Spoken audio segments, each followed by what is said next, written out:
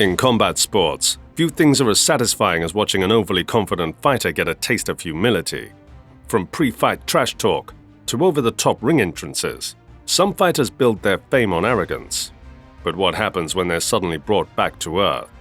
Dive into the tales of really funny arrogant fighters being humbled, where pride meets the mat in unexpected ways.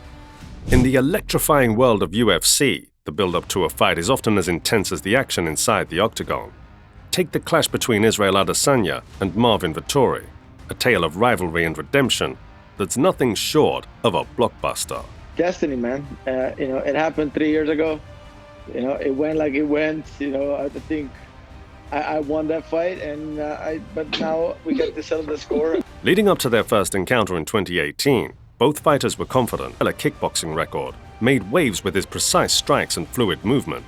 Meanwhile, Vettori, the Italian dream, was not shy about his capabilities, especially on the ground. Who did you beat one where person you're at? on that list? What I know did you that's do Jack to Hermanson. Romero, or what did you do to Jan? You lost your last And listen fight. to me. should have You lost can look at the that records. belt. Pre-fight conferences were electric, with Vettori asserting his dominance and Adesanya countering with his trademark wit. The stare-down was intense, a silent promise of the battle to come. Adesanya's ring walk was a spectacle, embodying the swagger of a fighter who knew he had the skills to back up his words. Vettori, equally confident, strode to the octagon with the determination of a man convinced he would upset the rising star. The arena was buzzing, fans on the edge of their seats waiting to see if the fighters could deliver on their bold promises. From the opening bell, the fight was a showcase of high-level MMA. Adesanya's striking was on full display, keeping Vettori at bay with jabs and leg kicks. Vettori, undeterred, pressed forward, looking to close the distance and bring the fight to the ground. Despite Vettori's grappling attempts, Adesanya remained composed, demonstrating his defensive prowess. The fight was a back-and-forth affair, with both fighters having their moments. Adesanya's skills and Vettori's determination were on full display, making for a compelling match that kept fans guessing till the very end. The rematch at UFC 263 was highly anticipated, with Vettori determined to prove his earlier performance was no fluke. He outstroked Vettori and showcased a defensive masterclass against the Italian's takedown attempts. Adesanya's victory was decisive, a unanimous decision that left no room for doubt. Vettori's reaction post-fight was one of grudging respect, acknowledging Adesanya's skill while lamenting his missed opportunity. Vettori's journey from an arrogant challenger to a humbled fighter proved that in the UFC, actions speak louder than words, and the octagon is the ultimate truth-teller. I'm just wondering if you can tell us a little bit about what it is about Holly that makes you want to fight her so much, and also what makes you so confident that you can win. She's a 19-time boxing world champion, not MMA world champion, and I believe that I'm better than every other girl in every area of MMA. MMA striking is different, and I think I'm the best at it. Before the clash, Ronda Rousey was the reigning queen of the UFC women's bantamweight division, a fighter so dominant that some considered her unbeatable.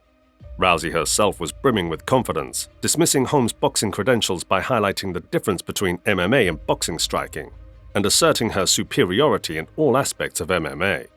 "I'm the best at it," Rousey declared, undervaluing Holm's striking skills and downplaying the threat posed by the challenger. Fake sweet act is, I see right through it. I really do. It was all fake. At the weigh-in, the intensity dialed up. When it came time for the customary stare-down, Holm extended her gloves, a gesture of sportsmanship. Rousey, however, wasn't in the mood for pleasantries, choosing not to engage, signaling her disregard for Holm. The tension was noticeable, setting the stage for a battle not just for the title, but for respect. Rousey's entrance was that of a champion accustomed to victory, exuding an air of invincibility as she made her way to the octagon. Holm, in contrast, carried herself with quiet confidence, the demeanor of someone who had nothing to lose and everything to prove. The atmosphere was electric, the crowd buzzing in anticipation of what was to come. From the first bell, it was clear that this fight would be different. Holm's strategy and skill in striking were evident as she landed significant blows on Rousey, who struggled to find her rhythm. Holm's left hands and oblique kicks kept Rousey at bay, while Rousey's attempt to close the distance and utilize her judo were effectively neutralized. In the second round, Holm's precision striking continued to dismantle Rousey's offense, culminating in a high kick that sent Rousey crashing to the mat, a moment that will be replayed in highlight reels for years to come.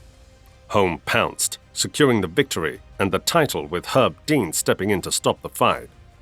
Officially, Holm was declared the winner by knockout, capturing the UFC Winners Bantamweight title and shocking the sports world. It was a humbling moment for Rousey, a fighter who had seemed invincible, and a triumphant one for Holm, who had defied the odds and proven her doubters wrong. Smash me, mate! Smash me! Smash me! I can smash you say send location. Here it is, right here in front of you.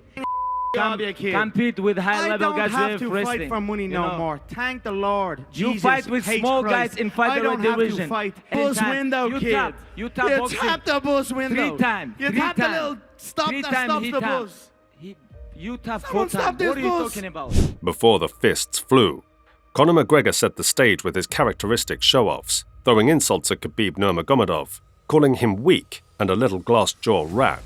McGregor's antics included offering whiskey to Khabib, a devout Muslim, and trash-talking that reached a fever pitch at the UFC 229 pre-fight press conference. McGregor confidently declared his return was to shut this man up, promising a bad beating for Nurmagomedov. The tension between McGregor and Nurmagomedov was noticeable, with McGregor's attempts to intimidate his opponent and assert dominance. However, Nurmagomedov remained unfazed, setting the tone for a battle that was more about just the lightweight title. It was personal. McGregor made his way to the octagon with the swagger expected of a fighter known for his striking ability and psychological warfare. Nurmagomedov entered with the calm of a man on a mission, unaffected by the spectacle, focused only on retaining his title and settling scores. Round 1. Khabib established control early, pressing McGregor against the cage and taking him down, showcasing his superior grappling skills. Round 2. Nurmagomedov surprised many by knocking McGregor down with an overhand right, followed by a relentless ground-and-pound assault, clearly dominating the round. Round 3. McGregor found his moment, landing significant strikes and stuffing takedown attempts, briefly turning the tide in his favor. Round 4. Khabib's grappling proved too much for McGregor, leading to a takedown, a mount, and eventually a neck crank submission that forced McGregor to tap out. After the submission, Khabib leapt into the crowd to confront McGregor's team member Dylan Dennis, sparked a brawl, overshadowing the fight's outcome. The chaos continued inside the octagon, with McGregor attacked by members of Nurmagomedov's team. Both fighters were escorted out before the official result was announced, spoiling what was the biggest fight in UFC history with a controversial ending. So yeah, here we're gonna end today's video. Who do you think is the best fighter? Do tell in the comments. See you guys in the next video.